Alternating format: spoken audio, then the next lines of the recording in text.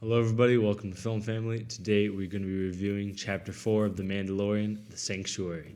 So, after, rescuing Baby Yoda, the Mandalorian has traveled to this planet, made some sanctuary with Baby Yoda. That's kind of the premise of this episode. Mm-hmm. This episode is heavily inspired by Seven Samurai. Like, right when I was watching it, I was thinking of that. The one thing, though, is that Clone Wars did that already. In Season 2, the episode Bounty Hunters is pretty much a direct inspiration. They even put a memoriam of Akira Kurosawa. So for them to do that in this episode, I'm not going to say it was a bad thing, but it was something where I don't know if it was completely necessary. Interesting. Yeah, I was wondering that because I did hear that there was an episode of the Clone Wars that was similar. So what did you guys think in terms of that? Okay. Because I never. In terms of an action set piece, I give it to the Clone Wars. Yeah. And maybe that's just because I think Clone Wars is like a better show overall, but I think Clone Wars does action better. And I think the way that you've seen it, so the way they set up the full sequence and the way that it has like different areas where they need a guard, plus there's a tank in it. And isn't it a 2-episode? No, it's a 1 episode. Really? Because I feel like they do that a lot where the bounty hunters or the that people exact need to protect story the villagers, of the villagers being taught and like basically hiring some people. There's literally 7 people in the Clone Wars episode. It's a whole thing. So this episode is not verbatim because there's only really 2 qualified people, but it's the exact same plot line and story. And Akira Kurosawa was definitely a heavy influence on Star Wars. Everybody has stated that. George Lucas has stated that. So maybe this is just an homage to him. But again, I don't know if it was necessary to exist as an episode. Got it. See, my issue with it mainly was, and I don't know her name, but the shock trooper. Because I know her as an MMA fighter, so I knew who it was. Like, I didn't know her name, but I've seen her before on TV. Yeah. And the fight scenes were really good, and you can see that it was real. I mean, he was getting his butt whooped the whole time. But there was cool little sequence and action there, but her acting, I felt like they gave her too much speaking. And I get the Mandalorian can't be doing all the speaking and, like, commanding the villagers or the farmers. But when she's saying stuff like, let's go, or hold the line, it's like... It was just monotonous, you know what I mean? I wasn't really liking that. She had the great look for it, though. Yeah. Gina Carano, I think is her name. And I think she was in Deadpool, right? Yes. Yeah. Okay. Correct. So I thought she didn't do that bad of a job. Like, I'm not going to sit here and say she was the best part of the episode, but I liked the character. She was definitely the worst part of the episode, actually. Disagree. What was the worst part? We'll get onto it. But I thought, she commanded the screen pretty well. A lot of her speaking lines were she delivered them, decently. But I thought her relationship with the Mandalorian was one where it was a respect. She earned that through fighting him and showing that she was a warrior. Clearly, she was also in the military, as she states. And they sort of create this bond between because they know how each other fights after fighting each other. So during the action sequences, they understand that and they have good chemistry in terms of a physical sense. And on an emotional level, they're really it's just business, He consults her because she fights him at the beginning and all that. So I don't think she was a great character or anything, but she didn't really ever make me mad in the episode. She was my biggest qualm with the episode, in my opinion, because I actually really liked. I liked how they kind of did the Clone Wars thing again. I mean, it was also kind of done a little bit, I think, in the Phantom Menace when you see the Jar Jar Binks people, they're kind of uprising and stuff like that. But they're military. Yeah, but they're way less organized. But it was verbatim from Clone Wars. Exactly. They were really giving the farmers sticks and showing them how to stand. And even some of the same jokes where they were missing and stuff. No, but I thought that I liked the woman from the village with the little kid. I felt like maybe she was trying to do too much as far as little kids acting like, oh, it's so cute. But I've seen Dee Dee and JoJo act like that towards the puppies. So... Yeah, I don't know. Yeah, I heard something interesting, a comment, that somebody was saying it was too Disney and it was Disneyfied. I definitely don't think that's true because, have you seen The Phantom Menace? It's pretty kiddie at times.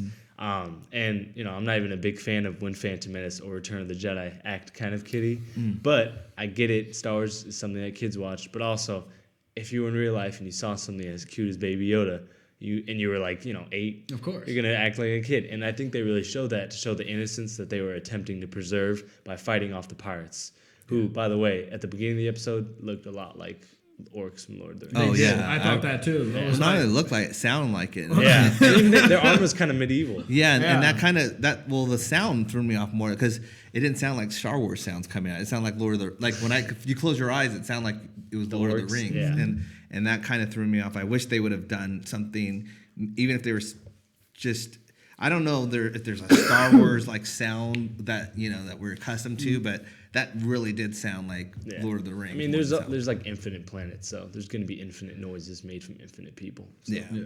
I mean, and I keep saying this with each episode. I feel like they're showing more of the universe, and that's another reason why I'm not too upset about it doing like the villager aspect of it, because it's almost bound to happen. He's traveling, he's looking for salvation or sanctuary, and somebody needs help. That he helped the Jawas with the egg, the mudhorn egg, and then now it's this people. So I just like how we're seeing more different cultures and different planets and kind of how people are reacting. Because even the little things like the fish were alien blue, and we probably have fish like that in real life, but you know what I mean? It just looks very foreign. Yeah.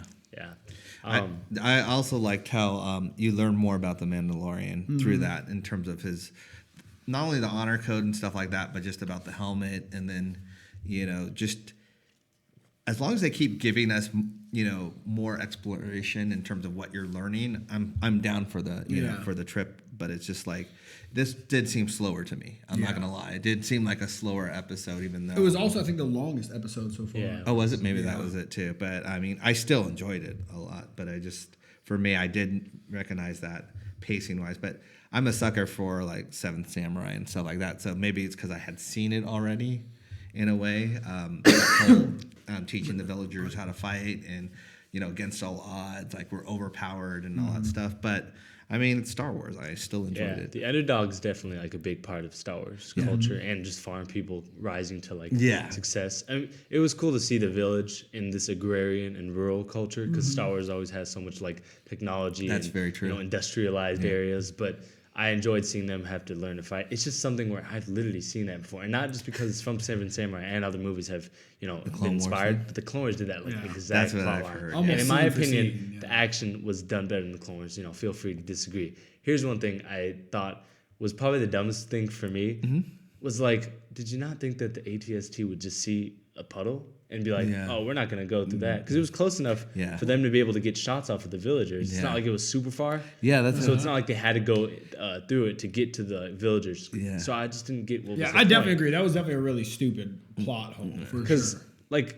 what were they thinking? They were going to be like, oh, keep going, but they have lights. They're going to be like, hey, there's something. I was thinking, it's like if you gave somebody, you were trying to kill like a flashlight, and like you dug a ditch, and you're like, oh, we're about to kill this guy, and he's like, hey, it's a ditch right there.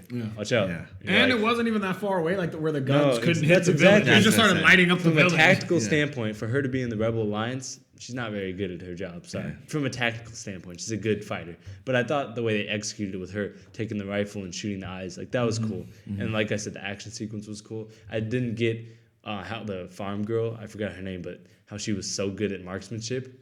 She was pinging that pan, man. Did your whole village getting killed make you like an expert marksman? You guys don't even have guns. Like, they're basically Amish people. So I just didn't get why she was so good. But I did have a question, though. Yes. The ATST, I thought it was manned.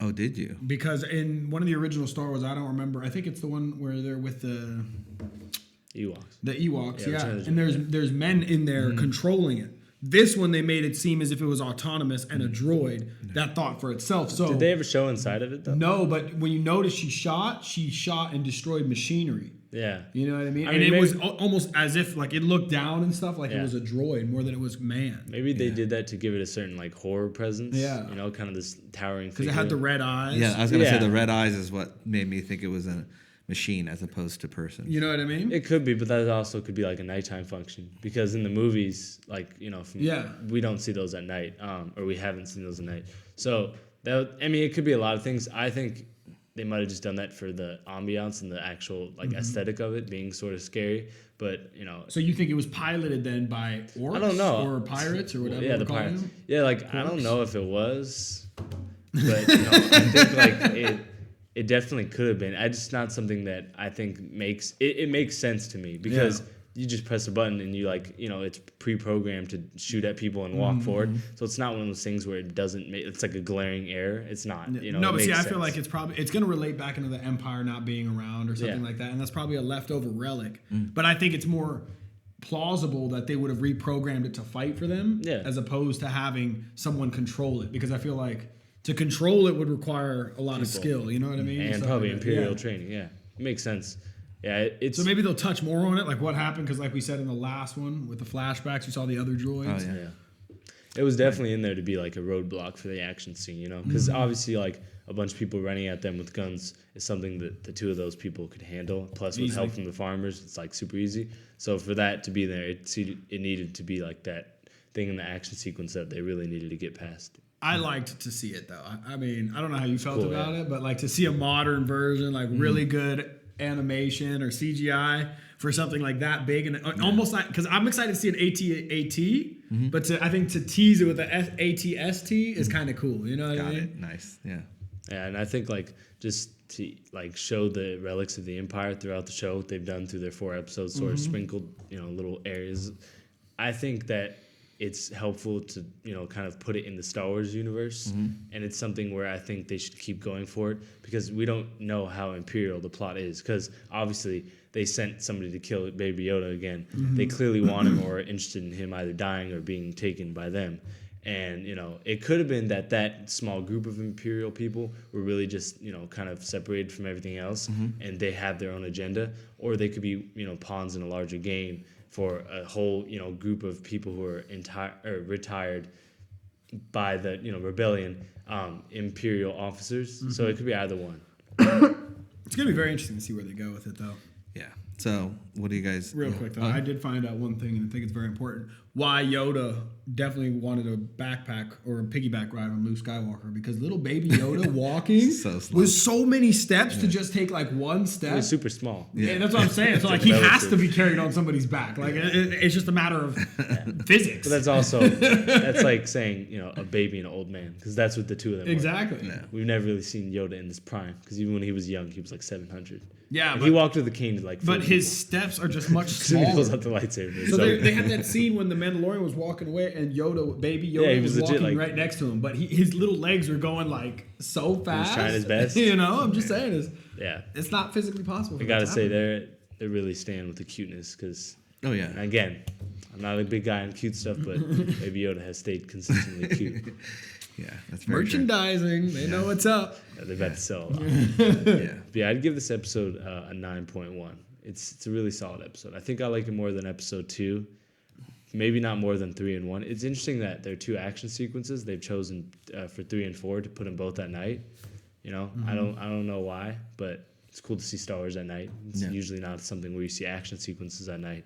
And I enjoyed seeing the action sequence in this episode. I would probably give this one. This is my least favorite episode so far, so I'm going to put it probably at a 9, because I think everything else is in a 9.5 or a 10. But yeah, I mean that's just, and mostly just because I felt like they shouldn't have given the MMA fighter so many lines. Like that was definitely some type of like behind the scenes deal going on right there. I didn't really know about that one.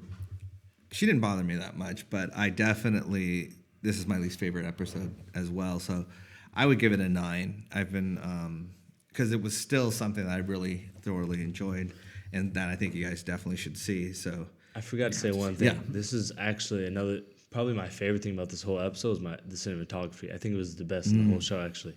I think the framing and like the use of colors, especially during the nighttime scenes, are actually all really good. And this might have been also my favorite opening to an episode, where they showed them just get like raided. Yeah. And it's funny too. Star Wars bad guys are always judged by how they like kill droids. It's like something ironic there. Yeah. You know, I don't know. it's very true. But yeah, also Bryce Dallas Howard directed. That Yeah, was she really did. cool. So- That's an awesome debut for her. So it's the second female Yeah, Director. which is really cool. to direct Star Wars. So yeah, if you saw this episode, let us know what you thought of it. Where does it rank among the other episodes? And we will see you next time.